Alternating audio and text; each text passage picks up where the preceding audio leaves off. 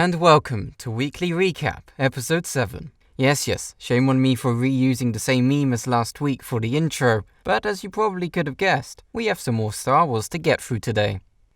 Though temper your expectations, because I'll be dishing out a lot of contrarianism.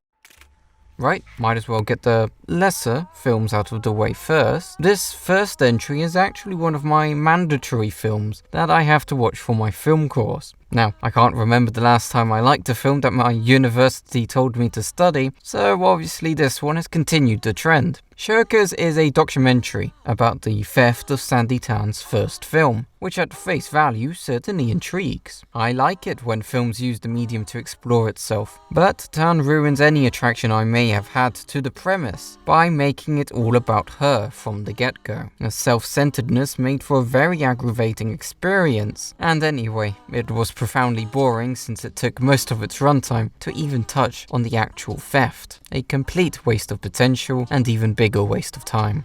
I give Shirkers a C1.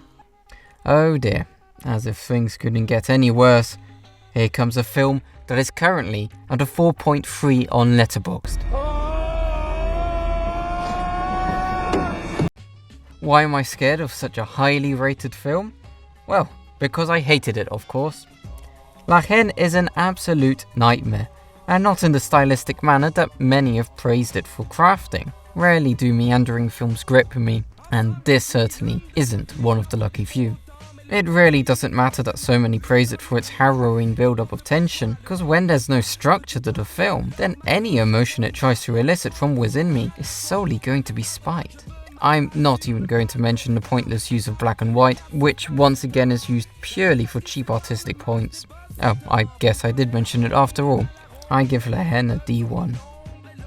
Okay, I think that's enough venting for one episode. Allow me to relax us with a small feel-good movie. And what better way to do so than by bombarding you with even more chess? Searching for Bobby Fischer isn't about searching for the actual world champion, but rather gives an intimate look at Josh Waitzkin's innate love for the game. Although the drama could be rather contrived at times, a lot of good messages and engaging characters rise out from within this competent screenplay. And of course, I will always love seeing chess on screen, even if the constant continuity errors were painfully funny, presented with great editing to make the rivalry exciting. I give Searching for Bobby Fischer a C4. Now, to wrap up this episode, concluding my rewatch of Star Wars is the original trilogy. Yes, you heard me right, concluding, as in I highly doubt I'll bother going through the sequels again anytime soon. Still, you'll be pleased to know that A New Hope is as timeless as ever. Definitely my second favourite Star Wars film, and coincidentally, also my most rewatched one. The plot is amusingly basic, yet it is this simplicity that makes the adventure so much fun, as it allows the characters to shine through in all their endearing dynamism. Thrilling, spectacular, and whimsically hopeful, this movie is pure joy from start to finish. It's a shame then that I don't feel the same way about Empire Strikes Back. The fantastic characters and fascinating mythos are certainly still there, but the lack of plot causes me to feel detached from the events that transpire. A New Hope may have had a simple plot, but it still had one to give the characters something to go towards. Empire Strikes Back presents no goal, other than a vague motivation to not get captured, which causes the whole ordeal to feel drawn out and pointless. I've already said previously that I don't like meandering films. Even so, I do love a lot it has to offer, most notably from its brilliant technical accomplishments. The scale achieved with these two films has always imbued me with awe, and while the prequels remain closest to my heart, I still adore how episodes 4 and 5 pioneered special effects to usher in a new era of filmmaking.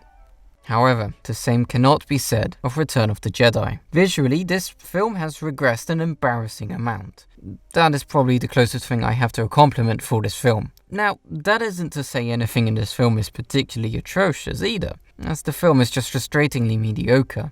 If I have gripes with Empire Strikes Back not having a plot, then Return of the Jedi truly offends me with the fact that it doesn't even have a narrative structure. This film is just one long, boring third act, with the most excitement, if it could be called that, coming from its prologue. I may have felt like the prior film was heading in a direction that I didn't particularly connect with well, but at least it was attempting to walk forward. This one seems to immediately break out into a backward sprint, so it's hardly a surprise when it trips over its feet and falls sprawled over the floor. This was a really disappointing conclusion, so I have no clue why Disney was obsessed with milking this formula when it was evidently never the plot that made this trilogy the classics that they are widely recognized as being.